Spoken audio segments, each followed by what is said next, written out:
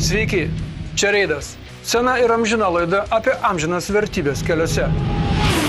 Taigi Reido istorijos pradedame iš Girulių miško vieną antradienį apie 6 val. Vakaro Klaipėdoje tarp 1 ir 2 melnragių. Tiesiame kelio ruože nuvažiavo ir ant stogo apsivertė automobilis Honda Civic. Automobilis tuščias, niekas nieko nematė, tik žmonės važiuojantis pro šalį matė šalikelyje automobilį rioksantį aukštyn ratais. Nėra ko paklausti, kas čia buvo. Gal stirna, briedis, kiškis, šeškas, kiaunė, žebenkštis išbėgo į kelią, kad taip mašiną apvertė. Vairuotojas iš mašinos įsiropšė per galinės dureles ir dingo. Mašina priklauso vienam piliečiui, bet pagal pirkimo pardavimo aktą kitam, kurio telefonas tądien buvo išjungtas.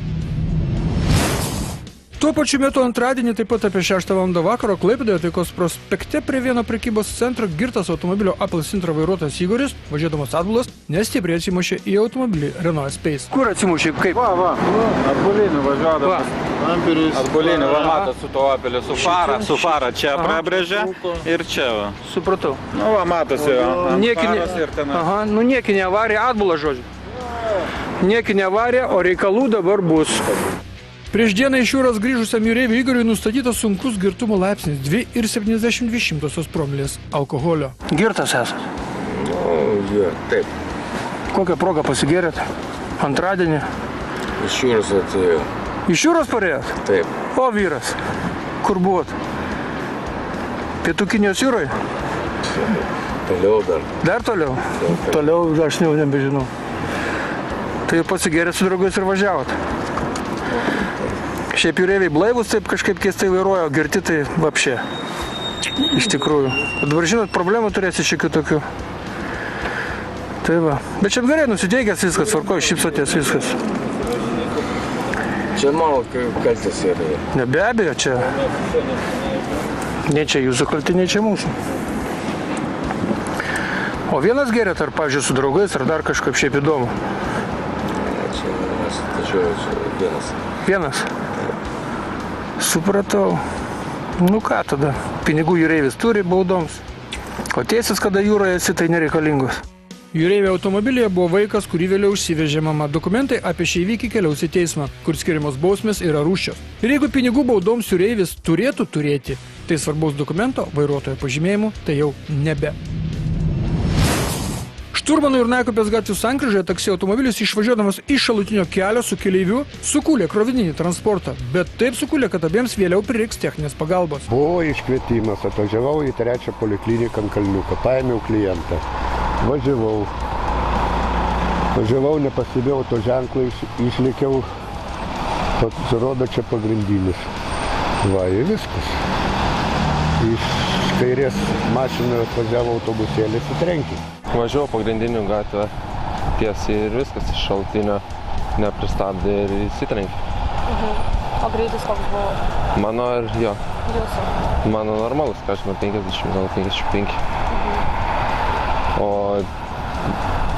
to žmogaus tai nežinau, negaliu pasakyti. Taip aišku, kad pagrindinis. Aš nieko nesakau, aš kaltas, aišku, čia nieko nepadarysiu. Prašiausiai šoko būsenai esam dabar ir viskas. Sužeistų žmonių nėra, visi blaivus, atpildome eismo įvykių deklaracijas ir skirstumės. Beje, taksi automobilio vairuotojas savo žirgų tik prieš dieną buvo atlikęs techninę apžiūrą ir dar ne dėl krūmų įvyko ši avarija. Iš tos pusės, iš kurios atvažiavo krovininis transportas, krūmų nėra seniausiai. Klaipėdoje Kapsų gatvėje girtas dviratininkas Antanas, važiuodamas mokyklos gatvės link, neprasilenkė su iš priekio atvažiuojančiu automobiliu. Susimėtė, griuvo ant greičio slapinimo kalnelio, susikruvino nosį, sudaužė savo dviračio galinio vaizdo veidrodėlį ir, kas blogiausia, sukėlė avariją. Griūdamas taip pat įbrėžė stovinčio visureigio sparną. Labą dieną. Kas nutiko? Nieko, su dviračiu važiavo bardariuką mašiną sugrįžti. Taip. Nebeištekau. Neišsitekote? Nu, nebebuvo kur dingti. Nebebuvo. O tai tas automobilis irgi važiavo? Koks? Tas automobilis, į kuris atsitrenkėt, jūs važiavo irgi? Ne, Jis stovėjo, taip. Tai jūs prasilenkdamas su kita mašina? Prasilenkdama, jis labai greičio, aš galvoju, pravažiuosit, iš Palemų važiavau, čiut nestovėdama. Supratau. O tai nosį kur susikrūvinot? Tai, į tą bardariuką. Griuvas. Nu, tai biškai tai jūs. Supratau. Ja susimarė, susimėčiau. Susimėčiau ir... O dabar gal nelabai gerai išgerus važiuoti? Kaip jūs galvojate? Ne, čia buvo vakarykščia. Vakarykščia? Ir 2 valandą dienos virš promilės pučiat? Kiek?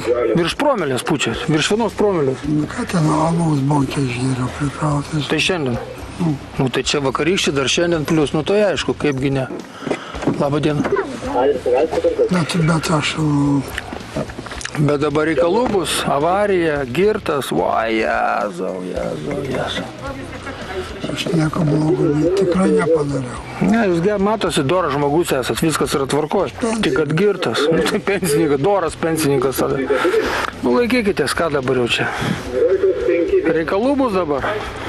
Reikalų bus. Nu ką darysi, už nieką būna reikalų. Nu už nieką, nelabai už nieką, nu.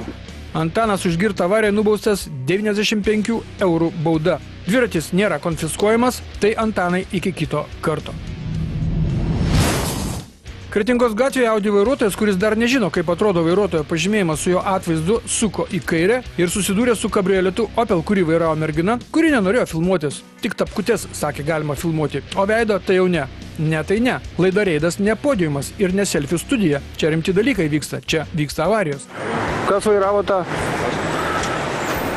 Nepasisekė? Nematei kažko tai? Ne, nesimatęs. Nesimatė? Suka mašina, šona ir Aš čia mačiau. Aha. Ką jūs matėt, ponia? Ką mačiau? Viską mačiau. Nu kaip buvo? Ką? Jie suko ratą, o tas važiavo tiesiai tą mergaitę. Mergaitė tiesiai važiavo? Taip. Tai sukant į kairę reikia praleisti, žinokit, tiesiai važiuojantį. Iki šiol šiai buvo? Va taip va. Va šitą vairavai? Tai suka į kairę? Tai pats kaltas? Nu. Aš niekam nesiginčiu. Va ponia atėjo, norėjo čia kitą teisybę išaiškinti. Ne, šitas važiavo tiesiai. Tai vat kas suka į kairę, tas kaltas? Taip. O teisės kur? Draudimas? Nesilaikau dabar. Bėdos turėsi šiokios tokios. Bet vairuot moki? Moki. Supratau. Jeigu važiavau, tai moka. Jo, ir Kaštonų garaže ten viskas, ten darai viską, ne? Ten. Čia Kaštonų garažai, ne čia? Šičia. A ne? Aha, supratau. Jaunuolis, štai taip pradėjęs karjerą gatvėse, nubaustas 300 eurų bauda. Žiauru ir tiek, pripažinkime. O dabar krausimės į puikiąją mūsų ir jūsų rubriką filmuoja Reido reporteriai. Reido reporteriai savo darbą pradeda iš Tekos ir Baltijos prospektų žiedinės sankryžos, kur keistokai pilietės rikiuojasi, it antroje eismo juostoje negalėtų to padaryti. Rumpiškės ir Sausio 15 gatvės sankryžoje kitas eismo dalyvis kampus trumpina prieš eismą į siaurą gatvelę, išvažiuoja be gėdės. O čia vienos loterijos automobilis mieste, kuriame itin smaugiami tie vairuotojai, kurie važiuoja keleivinio transporto eismo juostą. Negana to, tas loterijos automobilis lenkia prieš pėsčiųjų perėją, kur galbūt ėjo močiutė tos loterijos bilietų pirkti. Priestočio gatvėje Klaipėdoje sukti į dešinę automobiliui BMW draudžiama, bet ką tu jam, jis ant asfalto linijų tai nemato, o kitos linijos apsitrynusios šioje vietoje sočiai. Įdomu, ar dėl to turėtų būti nubaustas vairuotojas? Kelias Jonava Ukmergė. Tai, kad šis bliškusis automobilis lenkia prieš kalną kirtęs ištisinę liniją, tai nieko blogo, palyginus su eismo veikėju, kurį pamatysite netrukus savo ekranuose, tame pačiame kelyje. Tik kiek tolėliau, Golfas varo prieš eismą, prieš sankryžas, per linijas, durnių Lietuva, ne kitaip. Ir dar apie idiotiškus lenkimus. Kaimietis žolę padegęs, o kas jam neleis. O štai sunkvežimio vairuotojas, tai toliaregis matyt. Jis žino, kad iš dūmų tikrai niekas neišnirs. Aiškiaregis? Ne velnio, nes mašina iš tų dūmų išniro. Būtų lavonų krūva dūmose. Dar vienas vilkikas lenkia mokomojo automobilį prieš pėsčiųjų perėją. Tai bent pavyzdį rodo. O čia du veikėjai vienoje sankryžoje pavarys degant raudonam šviesoforo signalui. Vienas vienoje pusėje, kitas kitoje. Ir dar vienas vaizdelis, jeigu tęsiant temą apie varymą degant raudonam šviesoforo signalui. Štai šis, prašau. Ir dar apie raudoną šviesą. Apie raudoną spalvą net beždžionė žino įlipusios į kosminį laivą, jog raudonų knopkių liesti nevalia. Tai ne, Golfas nebūtų Golfas. Rodo posūkio signalą į dešinę, o suka į kairę ir dar degant raudonam šviesoforo signalui. Klupėnų miestelis ir BMW vairuotoją perspėjame paskutinį kartą, kad nelakstytų po miestelį ir nelenktų mašinų kolonos prieš posūkį. Lengvą posūkį, bet vis tiek posūkį. O čia Vilnius, šalia Salomėjos Nėries mokyklos, šioje vietoje yra vienpusis eismas, o taksistas ką daro, o jis nieko nedaro, jam reikia ir viskas. Nepatinka, tai apvažiuosiu aš tave prieš eismą, o tu palauksi. Dabar jūsų dėmesį Baltikum televizijos reklama ir anonsai, o po to laidoje matysite. Prie Lapių kaimo girtas dėdė apvertė sunieną automobilį ir pabėgo. Baigiantis sezonui, baikeriai praranda budrumą. Simonotytės gatvėje sudaužytas automobilis dar kartą buvo sudaužytas. 2 sesės Toyotos sukibo žiedinėje sankryžoje. Visą tai ir dar daugiau jau po reklamos.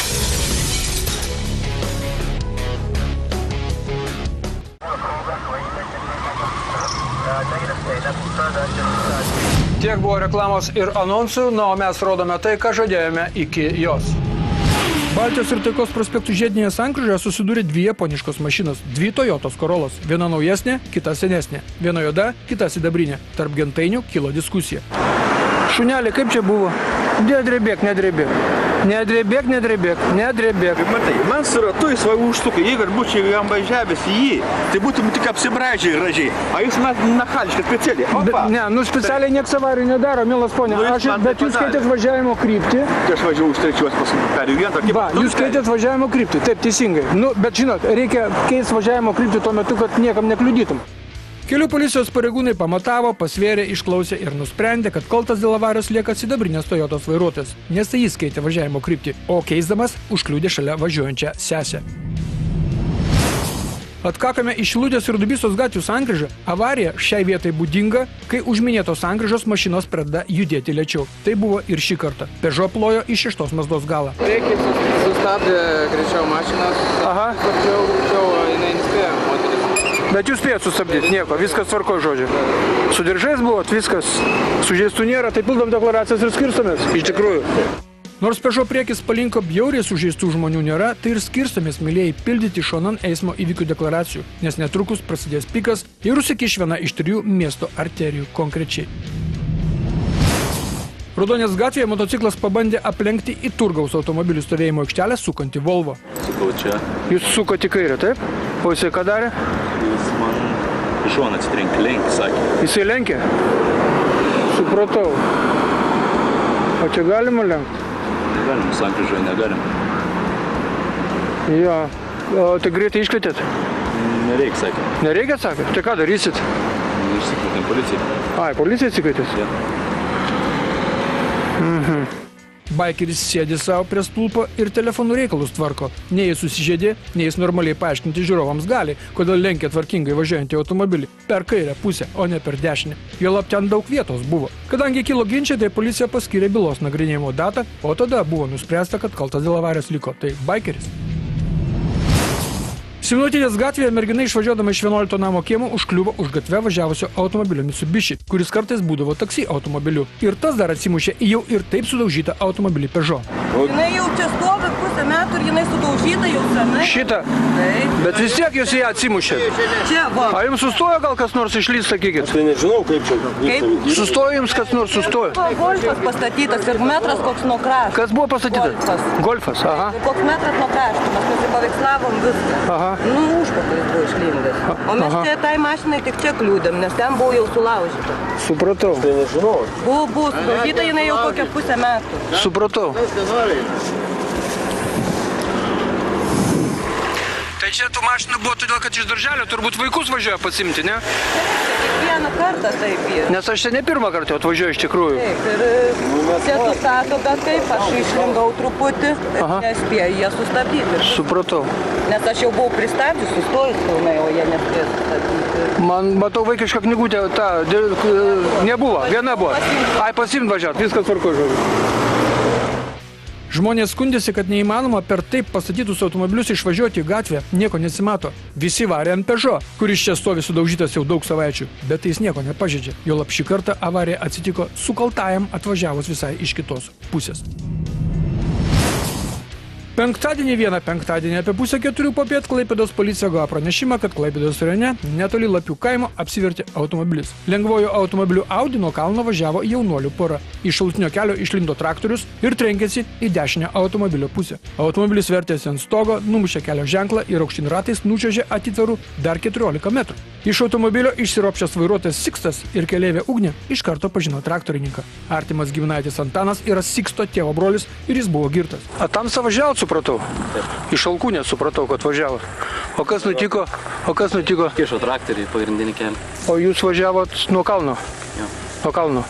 O kur traktorius? Viso gero? Neprislydęs. Supratau, vienas buvot? Draugė. Draugė, gerai viskas. Patiko virst? Patiko? Nelabai? Nuotaikos geras, mašina sudaužyta, o aš galvojau, kad matai pas save du vairai čia galvoju. Pradėjai vieną į kairę sukt, kitą į dešinę. Ja, tai dar trečias uždėtas. Trečias uždėtas, supratau. Svarbu gera nuotaika, viskas tvarkoja.